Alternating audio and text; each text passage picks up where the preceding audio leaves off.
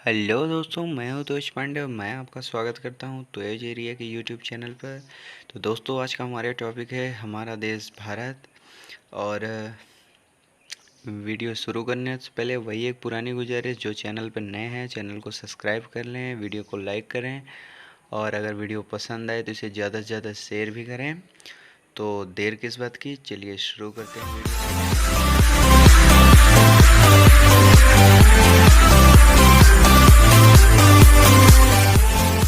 भारत एक बहुत बड़े भौगोलिक विस्तार वाला देश है। उत्तर में यह हिमालय के ऊंचे शिखरों से घिरा है, पश्चिम में अरब सागर, पूर्व में बंगाल की खाड़ी तथा दक्षिण में हिंद महासागर भारतीय प्रायद्वीपों के तटों पर लहराते हैं। अब यहाँ देखिए लिखा है भारतीय प्रायद्वीपों के तटों पर लहराते हैं। तो भारतीय प्रायद्वीप के जो भारत का हिस्सा कुछ इस टाइप से नीचे तिकोना साइड टाइप सा है। यहाँ देखिए आप पूरा हिंद सागर के अंदर ये तिकोना भाग आता है और ये थोड़ा सा बगल में अरब सागर है। तो ये क्या है कि ये तीन तरफ जल से घिरा है, इधर भी और इधर भी, तीनों तरफ जल से घिरा है, इसलिए ये भारत का भाग प्रायद्वीपी है। आगे आते हैं, देखिए प्रायद्वीप की परिभाषा भी दी गई है, अब आप यहाँ समझ सकते हैं। भारतीय प्रायद्वीप स्थल का वह भाग है जो तीन तरफ जल से घिरा होता है।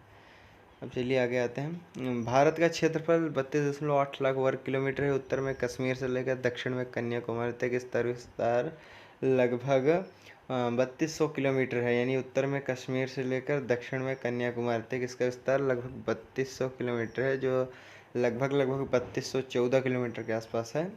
तथा पूर्व में अरुणाचल प्रदेश से लेकर पश्चिम में कच्छ तक इसका विस्तार लगभग 2900 किलोमीटर, जो लगभग 2933 किलोमीटर के आसपास है। ऊंचे ऊंचे पर्वत, भारतीय महामरुस्थल, उत्तरी मैदान, आसमानी पठारी सतह, तटीय भाग एवं द्वीप समूह स्थल रूपों की विभिन्नता को दर्शाते हैं। यानी भारतीय स्थल रूप में क्या आते हैं? ऊंचे ऊंचे पर्वत, महामरुस्थल, उत्तरी मैदान, आसमान पठारी सतह, तटीय भाग एवं द्वीप समूह। यहाँ जलवायु, वनस्पति, वन्य जीवों के साथ साथ भाषा एवं संस्कृति में भी बहुत भिन्नता है। इस भिन्नता में भी हम एकता को पाते हैं, जो हमारी परंपराओं में दिखती है। यही कारण है कि हम एक राष्ट्र में बंधे हैं। वर्ष 2011 से अब तक भारत की 120 करोड़ से अधिक हो चुकी है। मतलब भारत की जो जनसंख्या है, जो आबादी, वह 120 करोड़ से भी ज़्यादा हो चुकी है। यह चीन के बाद विश्व का दूसरा सबसे अधिक जनसंख्या वाला देश है। स्थिति: भारत उत्तरी गोलार्ध में स्थित है। कर्क रेखा यानी 23.5 डिग्री उत्तरी अक्षांश रेखा जो होती है, देश के लगभग मध्य भाग से होकर गुजरती है। दक्षिण से उत्तर की ओर भारत की मुख्य भूमि का विस्तार 8 डिग्री 4 मिनट उत्तरी अक्षांश से लेकर 37 डिग्री 6 मिनट उत्तरी अक्षांशों के बीच है। पश्चिम से लेकर पूर्व तक भारत का विस्तार 68 डिग्री 7 मिनट पूर्वी देशांतर से 97 डिग्री 25 मिनट पूर्वी देशांतरों के बीच है।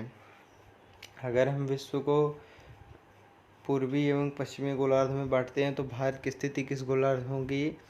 बहुत बड़े देशांतरी विस्तार लगभग 29 डिग्री के कारण यहाँ के दो छोर पर स्थित स्थानों का स्थानीय समय में बहुत अधिक अंतर हो सकता था। इस तरह की दूरी पर स्थित दो स्थानों के बीच समय का अंतराल लगभग 2 घंटे का होगा। अभी 1 मिनट, यहाँ ये एक चीज़ और दिया था। बड़े देश जिनका विस्तार पूर्व से पश्चिम की ओर बहुत अधिक होता है, वहाँ हम लोग इस समय क्या आप जानते हैं, पढ़ रहे हैं। तो बड़े देश जिनका विस्तार पूर्व से पश्चिम की ओर बहुत अधिक होता है, वहाँ पूरे देश का मानक समय एक नहीं होता है। संयुक्त राज्य अमेरिका यानी यूएसए में 7, कनाडा में 6 और इतने, मतलब एक ही देश में इतने तरह के मानक समय अपनाए गए हैं। देखिए अमेरिका में 7, कनाडा में 6 मानक समय है। क्या आपको पता है कि रूस में कितने मानक समय हैं? तो मैंने यहाँ कमेंट पिंड कर दिया है, रूस में इस समय 11 मानक समय है। अब यहाँ पूछा था भारत की स्थिति किस गोलार्ध में होगी। यहाँ पूछा एक सवाल कि भारत की स्थिति किस गोलार्ध में होगी। तो ये ग्लोब है। अगर ग्लोब को हम 4 समान भागों में बांट दें तो भारत यहाँ है। तो भारत की स्थिति क्या होगी? भारत की स्थिति होगी उत्तर पूर्वी गोलार्ध। जैसा कि आपने पहले पढ़ा है कि प्रत्येक 1 डिग्री देशांतर के लिए स्थानीय समय में 4 मिनट का अंतर होता है। पश्चिम में गुजरात की अपेक्षा पूर्व के अरुणाचल प्रदेश में सूर्योदय लगभग 2 घंटे पहले होता है। आप पहले पढ़ चुके हैं कि 82.5 डिग्री पूर्वी देशांतर के स्थानीय समय को भारत का मानक समय कहा जाता है। क्यों माना गया है? इस यमोत्तर को भारत का मानक यमोत्तर भी कहा जाता है। भारत के पड़ोसी देश 7 देशों की स्थलीय सीमाएं इसकी सीमाओं से जुड़ी हैं। चित्र 7.1 से इन देशों के नाम पता लगाइए। तो चलिए देख लेते हैं एक बार। यहाँ पूछा है स्थलीय देशों के नाम बताने हैं। तो भारत देखिए, ये रहा भारत अपना इंडिया, और इंडिया हम सभी को प्रिय है। तो इंडिया के कट्टर दुश्मन देख लेते हैं। पाकिस्तान है, और इधर बगल में अच्छे ज़्यादा रिश्ते फिर भी नहीं है, बांग्लादेश है, और वर्तमान समय तो नेपाल से भी पंगा है। तो पाकिस्तान, नेपाल और बांग्लादेश ये एकदम से काफ़ी सटे हुए देश हैं, और अफ़गानिस्तान, और यहाँ भूटान, म्यांमार, चाइना है। कहने का मतलब ये है कि 1 2 3 4 5 6 7 ऐसे कंट्रीज़ हैं जो हमसे स्थलीय सीमा बनाते हैं। अगर हम तिब्बत को एक अलग देश माने तो 8, वैसे तिब्बत चीन के अधीन है तो इसको एक ही देश माना जाता है। अब यहाँ नीचे आइए, देखिए यहाँ एक चीज़ और है। अब यहाँ हम देख सकते हैं, यही है 23.5 डिग्री जो कर्क रेखा है। देखिए कहाँ कहाँ से गुजरी है। तो यह गुजरात, ये देखिए गुजरात, थोड़ा सा राजस्थान, मध्य प्रदेश, और छत्तीसगढ़, झारखंड, पश्चिम बंगाल, त्रिपुरा और मिज़ोरम, इन 8 राज्यों से होकर गुजरती है। अब नीचे आइए, यहाँ देखिए एक चीज़, एक और नॉलेज यहाँ थोड़ा सा लिखा है, देख लीजिए। लिखा है कि जून 2014 में तेलंगाना भारत का 29वां राज्य बना, और इसके पहले भारत 28 राज्य थे। वैसे वर्तमान समय भी 28 राज्य हैं, क्योंकि जम्मू कश्मीर अलग हो गया है, और इसके वजह से इस समय भारत में 28 राज्य हो गए हैं। और जो 9 यूटी थे, इस 26 जनवरी 2020 को दादरा एवं नगर हवेली तथा दमन और दीव को एक कर दिया गया है, जिससे वे एक ही यूटी हो गए हैं, और इस समय 8 यूटीज़ हो गए हैं वापस। तो उस नए यूटी का नाम है दादरा एवं नगर हवेली, दमन एवं दीव, जिसकी राजधानी दमन है। इनमें से कौन कौन से देश हैं जिनकी सीमा समुद्र से नहीं जुड़ी हैं? दक्षिण में समुद्र में स्थित 2 द्वीप श्रीलंका तथा मालदीव हमारे पड़ोसी देश हैं। यानी श्रीलंका और मालदीव क्या है, हमारे पड़ोसी देश हैं। पाक जल संधि बहुत इम्पोर्टेंट है, पिछली चैप्टर में भी बताया गया था। पाक जल संधि भारत को श्रीलंका से अलग करती है। भारत एक विशाल देश है। प्रशासनिक क्रियाकलापों के लिए देश को 29 राज्यों के 7 केंद्र शासित प्रदेशों में बांटा गया। फिलहाल ये वर्तमान समय में 28 राज्य और 8 यूटीज़ में बटे, मैंने अभी भी बताया है। और मैंने यहाँ कुछ पिंड भी किया है, देखिए मैंने लिखा भी है। वर्तमान भारत में 28 राज्य तथा 8 केंद्र शासित प्रदेश हैं। अब चाहिए तो मैं अभी इसे बता दूँ, वरना आगे लिखा है इसके बारे में कुछ चीज़ें देख लेते हैं। देखिए एक सेकंड, ये देखिए यहाँ है हिमालय। हिमालय में आगे है सबसे बड़ा वाला भाग, जिसको वृहत हिमालय बोलेंगे, और बीच में जो हिमालय है उसे मध्य हिमालय बोलेंगे, और सबसे आखिरी वाला भाग जो लगभग भारत के हिमाचल को कवर करता है, और कुछ पार्ट जो है वह उसके भी कवर करता है, पंजाब के भी। तो इसलिए जो है वह उत्तराखंड के भी कुछ पार्ट उसमें कवर हो जाते हैं। तो ये क्या है, ये शिवालिक श्रेणी है जिसमें भारत का काफ़ी हिस्सा आता है, और बीच वाला भाग मध्य हिमालय, और सबसे आगे वाला भाग जो होगा वह वृहत हिमालय कहा जाता है। अब यहाँ आप देख सकते हैं कि कुछ इम्पोर्टेंट है, जैसे भारतीय महामरुस्थल में देखिए अरावली श्रेणी है, जो कि एक पर्वत श्रृंखला है और यह विश्व की सबसे पुरानी श्रृंखला है, ना कि भारत की बल्कि यह पूरे वर्ल्ड की जो है सबसे बड़ी पर्वत श्रृंखला है, पुरानी श्रृंखला है। और यहाँ अब आगे आइए, देखिए भारत के बीचों बीच विंध्य श्रेणी है, जहाँ पर विंध्याचल पर्वत है। और यहाँ पर देखिए एक और श्रेणी आती है जिसको बोलते हैं सतपुड़ा श्रेणी। ये एक खास श्रेणी बन जाती है क्योंकि यह नर्मदा और ताप्ती नदियों के बीच में बहती है। और नर्मदा और ताप्ती नदियाँ जो हैं यह पूर्व से पश्चिम की ओर बहने वाली नदियाँ हैं। बाकी सभी नदियों की प्रवृत्ति जो है पश्चिम से पूर्व होती है, लेकिन यह पूर्व से पश्चिम होती है। और ये कहाँ जाकर गिरती हैं, बेसिकली तो ये खंबात की खाड़ी में गिरती हैं, लेकिन मेनली वह अरब सागर में ही माना जाएगा।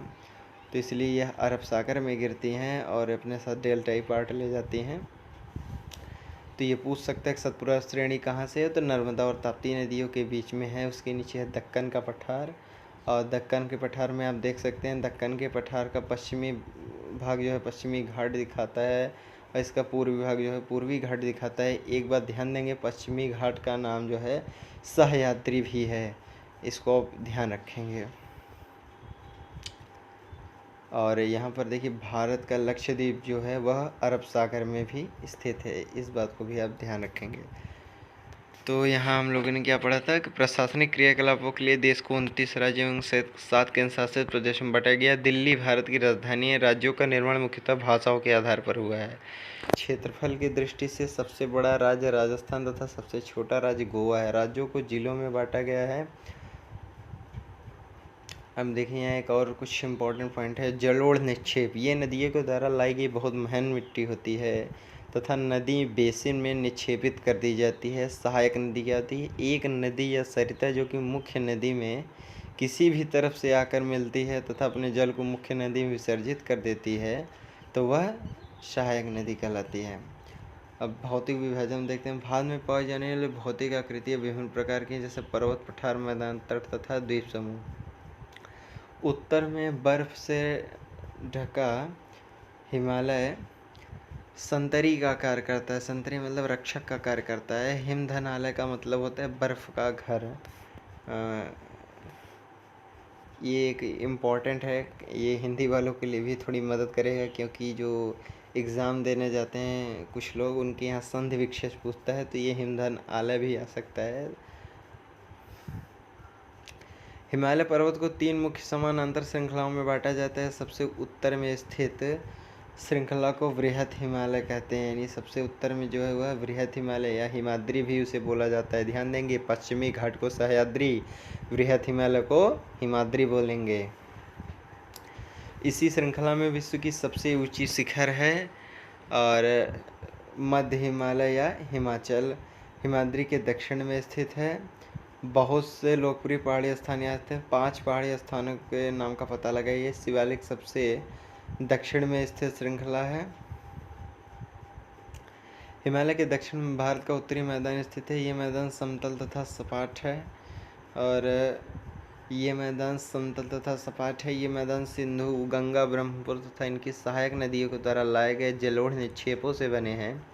नदियों के ये मैदान कृषि के लिए उपजाऊ भूमि प्रदान करते हैं। यही कारण है कि इन मैदानों में जनसंख्या अधिक है। भारत के पश्चिमी भाग में भारतीय महामरुस्थल स्थित है। यह शुष्क, गर्म तथा रेतीला स्थल है। यानी भारत के पश्चिम भाग में क्या है, भारतीय महामरुस्थल है, जो शुष्क, गर्म तथा रेतीला स्थल है। यहाँ वनस्पति की मात्रा बहुत कम है। जाहिर सी बात है, वर्षा नहीं होगी तो वनस्पति कहाँ होगी। उत्तरी मैदानों के दक्षिण में प्रायद्वीपीय पठार स्थित है। अब यहाँ देखते हैं, उत्तरी मैदानों के दक्षिण में प्रायद्वीपीय पठार स्थित है। इसकी आकृति त्रिभुजाकार है।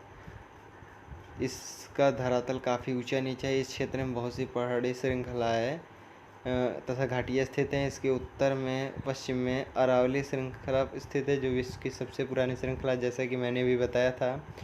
विंध्य एवं सतपुड़ा भी महत्वपूर्ण श्रृंखलाएँ। इन श्रृंखलाओं से होकर नर्मदा तथा ताप्ती नदियाँ बहती हैं। पश्चिम की तरफ बहने वाली नदियाँ हैं। तो नर्मदा और ताप्ती किस टाइप की नदियाँ, ये पश्चिम की तरफ बहने वाली नदियाँ हैं जो अरब सागर में गिरती हैं। इस पठार के पश्चिम में पश्चिमी घाट या सह्याद्री तथा पूर्व में पूर्वी घाट स्थित है। यहाँ मैंने ये भी बताया था, पश्चिमी घाट को सह्याद्री कहा जाता है। पश्चिमी घाट का विस्तार एक समान रूप में है, जबकि पूर्वी घाट बीच बीच में टूटा हुआ है तथा असमान है। इन पठारों में खनिजों जैसे लोहा, कोयला, इन सब की प्रचुरता है। पश्चिमी घाट के पश्चिम में तथा पूर्वी घाट के पूर्व में तटीय मैदान स्थित है। पश्चिमी घाट के पश्चिम तथा पूर्वी घाट के पूर्व में तटीय मैदान स्थित हैं। पश्चिमी तटीय मैदान काफ़ी संकरे हैं तथा पूर्वी तटीय मैदान क्या हैं, अपेक्षाकृत चौड़े हैं। मतलब पश्चिमी जो तटीय मैदान है काफ़ी संकरे हैं और पूर्वी मैदान जो है काफ़ी चौड़े हैं। कुछ इस तरीके से काफ़ी चौड़े हैं। वहाँ पूर्व की ओर बहने वाली कई नदियाँ हैं। महानदी, गोदावरी, कृष्णा तथा कावेरी बंगाल की खाड़ी में गिरती हैं। ये इम्पोर्टेंट पॉइंट है कि जो पूर्व की ओर आपने देखा पश्चिम की ओर बहने वाली नदियों में नर्मदा है, ताप्ती है, लेकिन पूर्व की ओर बहने वाली नदियों में देखिए महानदी है, गोदावरी है, कृष्णा है, कावेरी है। तो ये सब कहाँ बहती हैं? ये सभी बंगाल की खाड़ी में गिरती हैं। ये नदी अपने मुहाने पर उपजाऊ डेल्टा का निर्माण करती हैं। बंगाल की खाड़ी में गंगा एवं ब्रह्मपुत्र नदियों के मुहाने पर सुंदरबन डेल्टा स्थित है। ये बहुत इंपॉर्टेंट पॉइंट है कि नदियाँ अपने मुहाने पर उपजाऊ डेल्टा का निर्माण करती हैं। बंगाल की खाड़ी में गंगा एवं ब्रह्मपुत्र नदियों के मुहाने पर सुंदरबन डेल्टा स्थित है। सुंदरबन डेल्टा दोस्तों एक ऐसा डेल्टा है जो विश्व का सबसे बड़ा डेल्टा है और यहाँ जो है सुंदरी नामक वृक्ष होने के कारण प्रमुखता है सुंदरी नामक वृक्ष की, इस कारण इसका नाम भी सुंदरबन डेल्टा है। और यह गंगा एवं ब्रह्मपुत्र नदियों के संगम से मिलकर बना है। कहने का मतलब इन्हीं नदियों से लाए गए मिट्टी के जमा होने से बना है। और अब यहाँ पर कुछ ऊपर छूट गया था, हम लोग उसे देखते हैं। प्रवाल छोटे समुद्री जंतुओं के कंकाल जिसे पॉलिप कहा जाता है। जब जीवित पॉलिप मरते हैं तब उनका कंकाल बच जाता है। अन्य पॉलिप वृद्धि की इन ठोस कंकालों के ऊपर होती है जो बढ़ते बढ़ते काफ़ी ऊंचे हो जाते हैं तथा इस प्रकार प्रवाल द्वीपों का निर्माण होता है। चित्र 7.4 प्रवाल द्वीपों को दिखाता है। अब देखते हैं प्रवाल द्वीप क्या होता है। तो प्रवाल द्वीप दोस्तों जो होता है, जो छोटे छोटे समुद्री जंतु होते हैं उनके जब कंकाल जमना चालू हो जाते हैं, मरने के बाद एक दूसरे पर जमना चालू हो जाते हैं, तो धीरे धीरे जो है प्रवाल द्वीप बनना चालू हो जाते हैं कुछ इस साइज में। और देखते देखते एक पूरा जो है एक द्वीप टाइप का तैयार हो जाता है। तो ये क्या होते हैं, ये छोटे छोटे समुद्री जंतुओं के कंकालों से बने द्वीप होते हैं। आपको मैंने बताया है कि लक्षद्वीप जो है वह शायद अभी नहीं बताया है, तो आप जान लीजिए लक्षद्वीप जो है हमारा पूरा प्रवाल द्वीप ही है। वह अरब सागर में स्थित है और वह पूरे इन्हीं प्रवाल जंतुओं के द्वारा बना है, इन्हीं पॉलिप के द्वारा तैयार हुआ है और वह पूरा प्रवाल द्वीप है।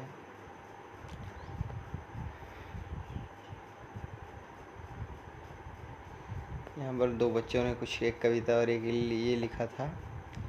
अगर आप चाहें तो मैं थोड़ा सा इसको वापस ले आता हूँ, जिसको अगर ये पढ़ना है तो वो स्क्रीनशॉट ले सकते हैं और अपने अलग से पढ़ सकते हैं।